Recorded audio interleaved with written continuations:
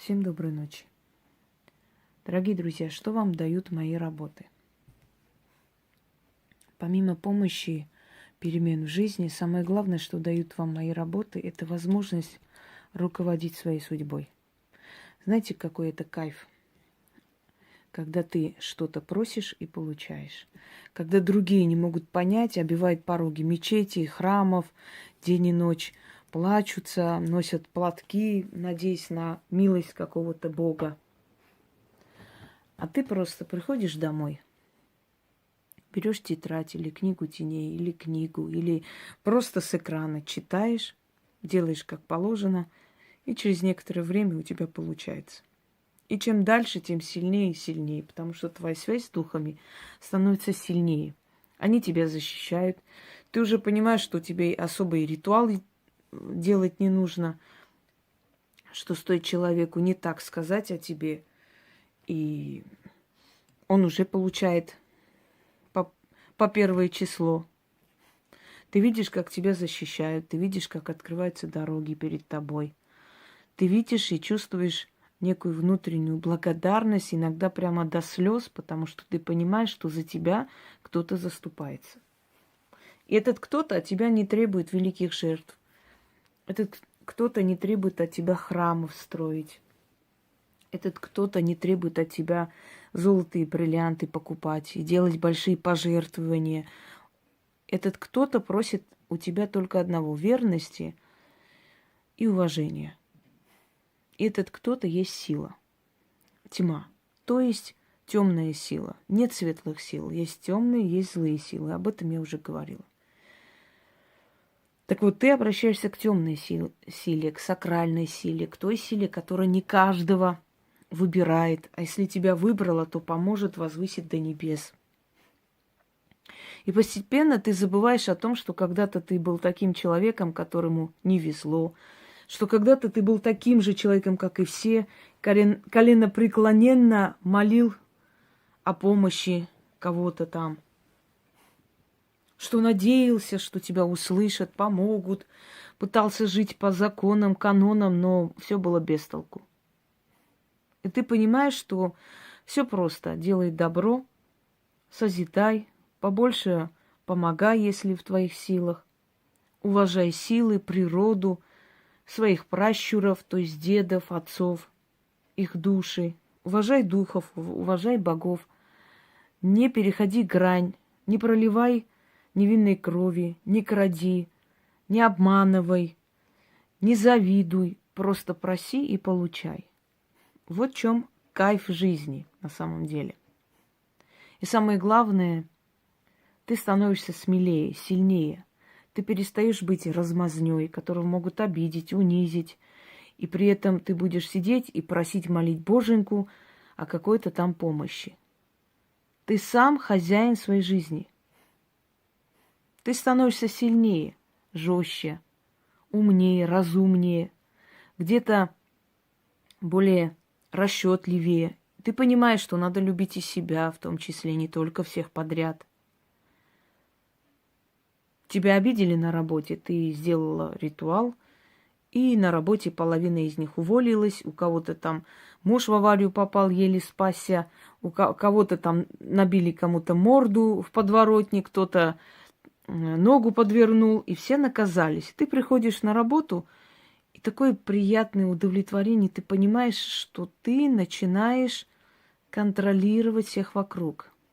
Вот это и есть ощущение чувствовать себя ведьмой. Вот ведьмы это и чувствуют, только в отличие от ведьм, точнее, в отличие от вас, у ведьм это более сильно выражено. Если за ведьму просто жизнь забирают, за вас могут по морде дать. Ну и то неплохо, согласитесь?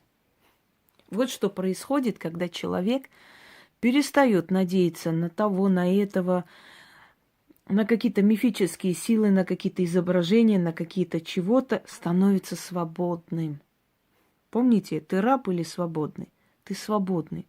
Ты за хорошее отвечаешь хорошим, за болью отвечаешь. И это правильно, это и есть вселенская справедливость. Если бы ты была не права, то их бы не наказали, поверьте мне.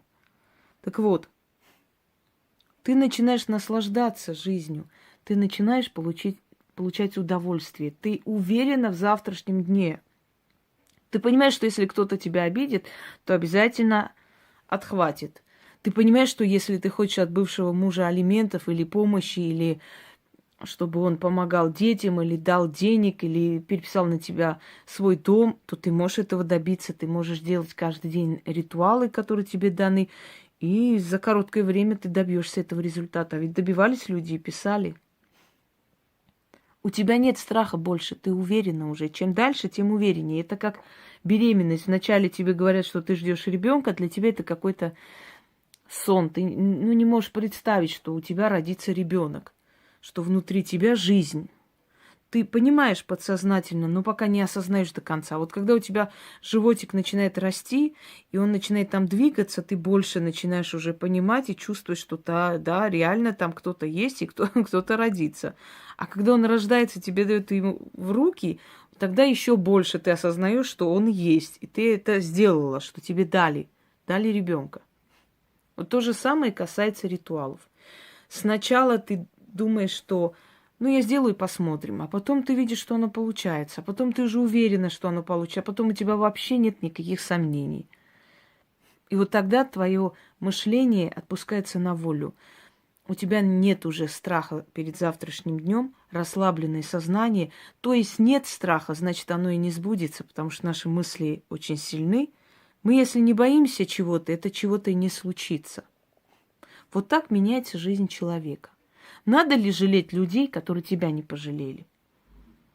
Можно, конечно, если ты баран. Но если ты личность, ты никогда не должна жалеть того, кто тебя мучил, унижал, издевался и получал удовольствие. Мучил, потому что твой начальник понимает, что ты зависишь от него, потому что у тебя там, может быть, кредиты надо закрыть. Мучил, потому что твой муж и понимает, что пока ты зависишь от него и выхода нет, будешь терпеть. Может быть, твоя мать, которая мучает тебя, потому что у нее садистские есть наклонности, ей нравится вот так издеваться, понимая, что ты зависишь ты пока от нее и так далее. И ты берешь и начинаешь всех наказывать. И тогда говорят: ведьма ты, вон какую-то там секту, зомбируют тебя. Конечно, это будут говорить. А знаете почему? Потому что людям не нравятся самодостаточные личности. Они боятся уже тебя. Они понимают, что если они тебя обижают, получают по башке. И они уже боятся тебя. И как с тобой бороться? Они пытаются тебя отговорить, пытаются говорить, что это грех, это страшно. То есть жить вечно в недостатке, вечно в нужде, жить вечно обиженным, униженным, вечно неприкаянным в этом мире – это хорошо. Надо много мучиться, тогда Боженька тебе на том свете даст рай земной. Как-то кто-то сказал: обещали рай после смерти и забрали рай при жизни. Вот верните свой рай при жизни, а при жизни рай вернуть – это жить в гармонии с богами. Я не виновата, но меня обижают. И я сделаю это, и он накажется, и больше ко мне не подойдет. Все. Это же не порча, ты же не делаешь человеку порчу. Ты возвращаешь то, что тебе сделали. Вот и все. Ты имеешь право на это. Вор залез в твой дом. Ты имеешь право его утюгом стукнуть. Да, потому что он угрожает твоей семье, твоей жизни, твоим детям. Правда? Ты об этом, ты же не думаешь в этот момент так ударить, чтобы ему было не больно, и чтобы я грех на душу не взяла. Да тебе плевать. Ты в этом иступлении так даешь по морде, что, может быть, он и сдохнет. Но тебе все равно. Тебе главное спасти свою жизнь сейчас, а там потом будь что будет. То же самое. Когда тебе делают больно, не надо думать о том, накажет ли меня Боженька, если я вот ему верну то, что он делает. Не надейся на Боженьку, надейся на древних богов. Они справедливые, они наши родители.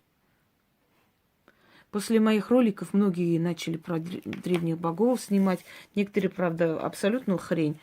Но, видать, поняли, подумали, что, опять же, в чем секрет успеха, вот в этом. Нет, секрет успеха в том, что мои данные вам ритуалы работают. Вот и все. Вот коротко и ясно. Работают они, и все. И ничего тут не поделаешь уже, ничего. Дорогие друзья, этот ритуал, который я вам даю, он очень сильный. Поэтому просто так разбазаривать, как только вам кто-то что-то не то сказал, нельзя. Когда у вас нет выхода, когда вас пытаются посадить, когда пытаются вас уничтожить, когда вам угрожают убийством, вы знаете, что эти люди на это способны, когда у вас уже нет иного выбора, когда вас мучают, издеваются, кто бы это ни был, кто бы это ни был, защищайте себя. Мать это, брат это, сосед это, друг, бывший, любимый когда-то, неважно.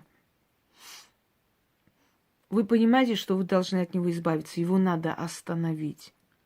Вы можете это сделать с помощью мертвой силы.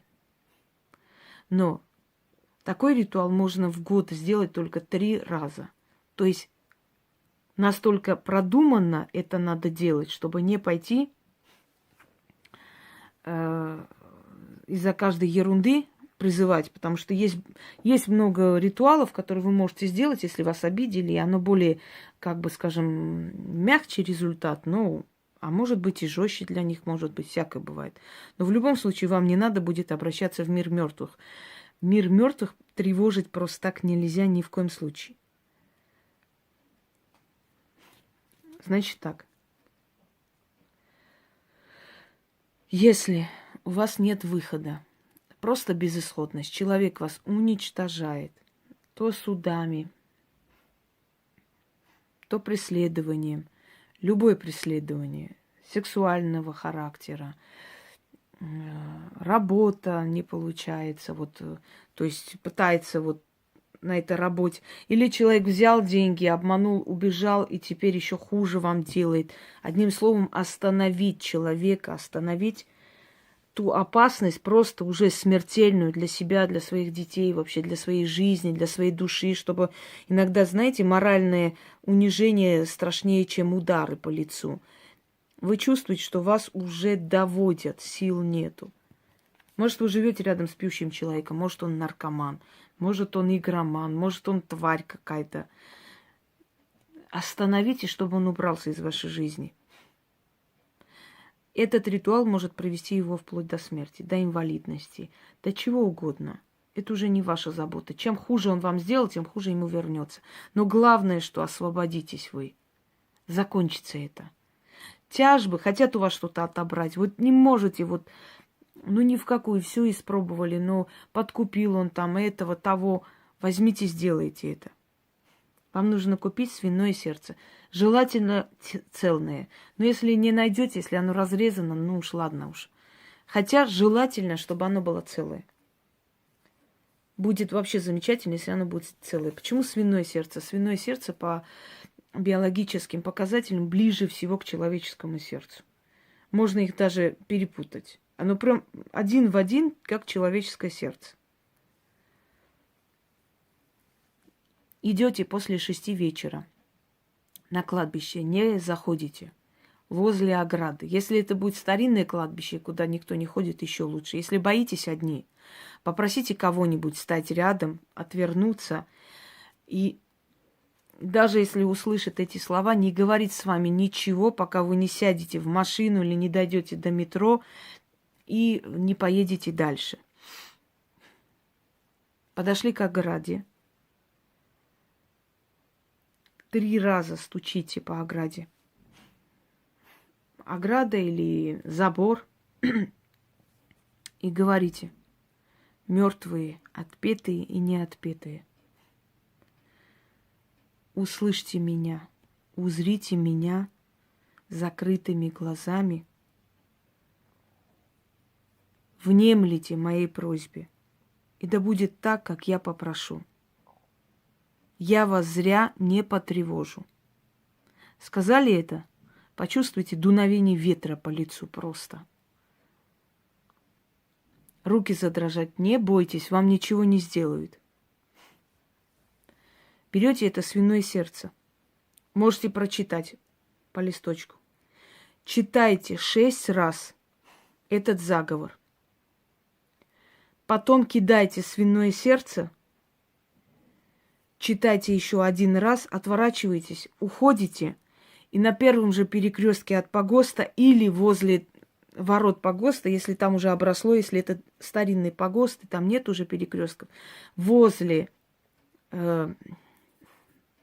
ворот через левое плечо кидайте ближе к воротам, чтобы не улетело в погост, а прямо ближе к воротам кидайте 6 монет, говорите, откупаюсь, и уходите. Не оглядываясь, даже если вас позовут, даже если вы там вой услышите.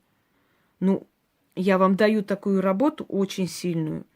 И я вам говорю, 3 раза в год вы имеете право такое делать. Не обязательно в 3 раза в год. То есть больше 3 раз вы не смеете, даже если вас убивать будут, туда ходить. Поэтому обдуманно подойдите к этому. Настолько обдуманно, чтобы вы знали, как израсходовать этот ритуал. Вот это сказали в начале. Достаете свиное сердце, держите в руке. Можно в пакете держать, но в пакете не кидайте. Держите в руке и говорите 6 раз. Я не дверями пойду, я могильными ходами пойду. Здесь духи бродят. Мертвецкие ноги не ходят. Глаза им не открыть, слов не говорить, рук не поднять. Город на погосте, лежат тут кости. Мертвяки, проснитесь, души, встрепенитесь. Не стерегите свой гроб, оставьте свою могилу. Идите по миру, ищите мучителя моего, врага моего. Можете назвать имя. Если не знаете, не называйте. Колите, дерите, кровь его пейте, мозг его ешьте, его остановите. Его сердце рвите, душу его в плен берите. Он мою кровь пил, а вы его жизнь пейте. Топите, жгите, рвите, колите. Слово мое Булат, будь он проклят во 100 крат. Ему погибель, земля в огне, оберег на мне, а враг поверженный у моих ног. 6 раз это прочитали, кинули свиное сердце прямо вот через ограду туда. Не глядя, пусть попадает куда угодно. И говорите 1 раз. Не свиное сердце остановилось, а твое сердце отныне мертвякам в плен ушло. Как моя душа в аду мести горит, да хозяин погостный зрит, так и слово мое исполнится. Все пути тебя на погост повернут. И до погостной земли приведут. Там и оставят. А я тьму прославлю за справедливость. Заклинаю, заклинаю, заклинаю.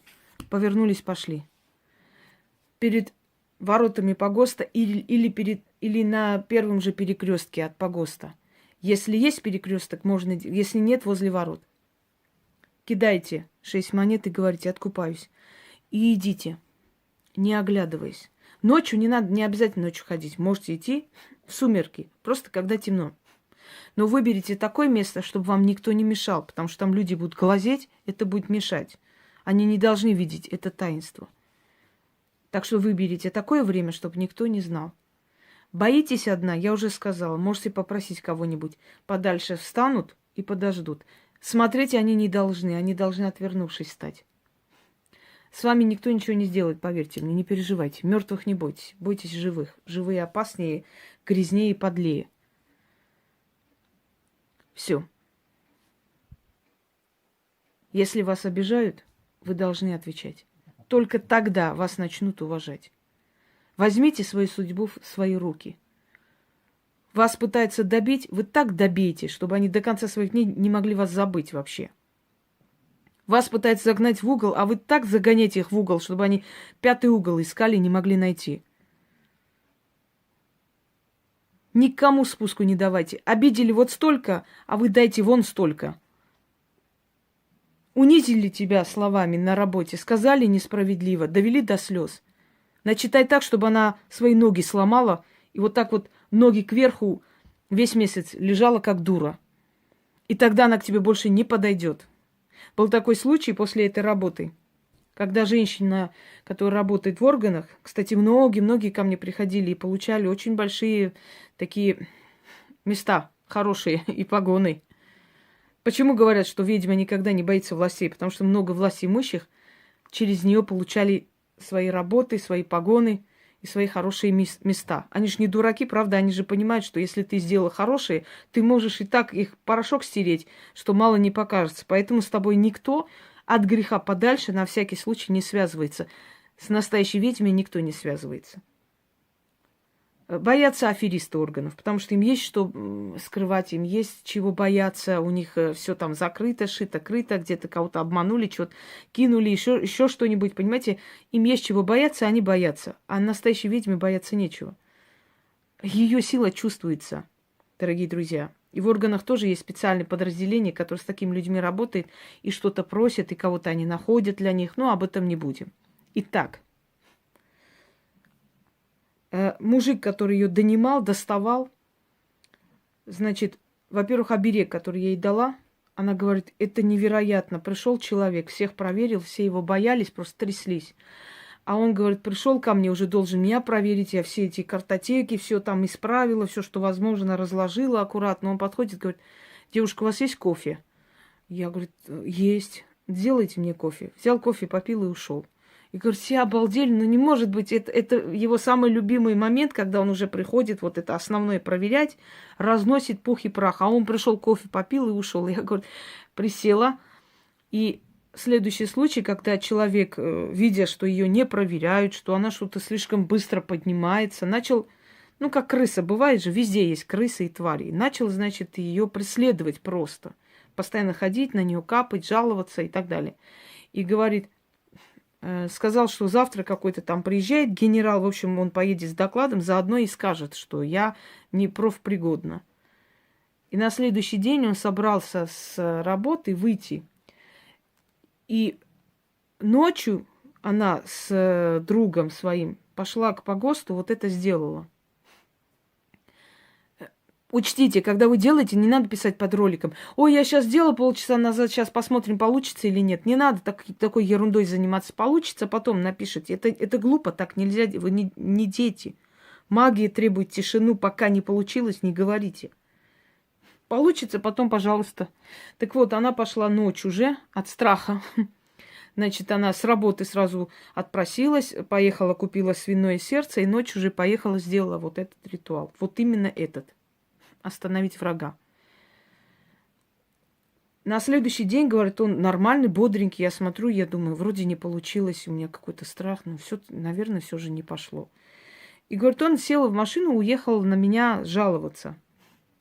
И тут, значит, через час-два звонят, говорят, мол, ну вот, такой-то майор попал в аварию, значит, его отвезли в больницу. Он попал в аварию, он месяц-полтора провалялся, вернулся, сказал, я все-таки свое довершу.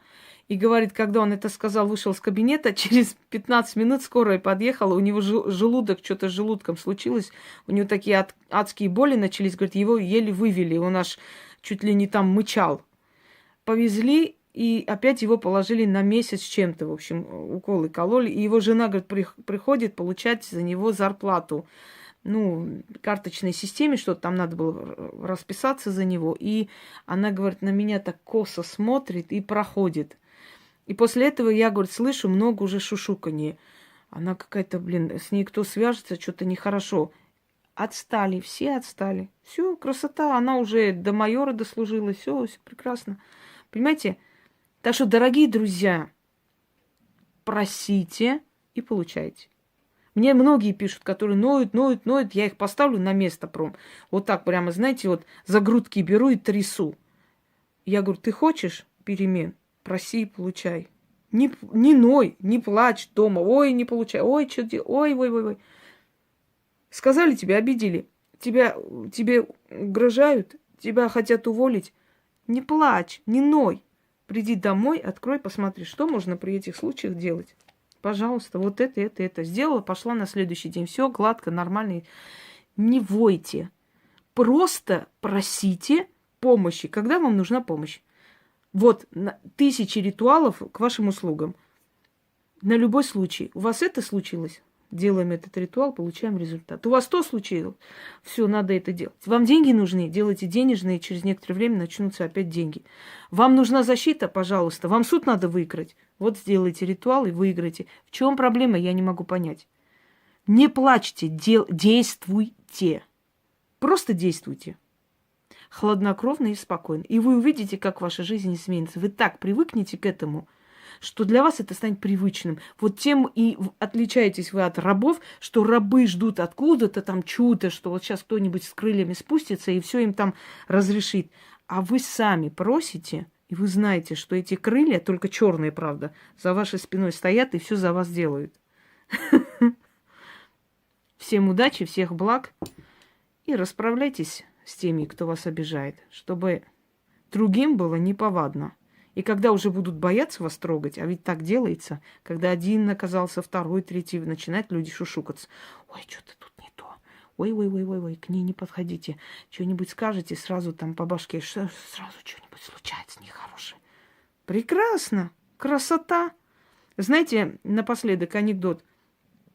Как вокруг себя в автобусе такую нейтральную зону создать, чтобы не прижимались никто. А просто смотришь вдаль, делаешь вид, как будто ты знакомого увидел, так вот чешешь себя и говоришь: Семёныч, да, вот меня уже выпустили из больницы, сказали, чесотка через неделю пройдет.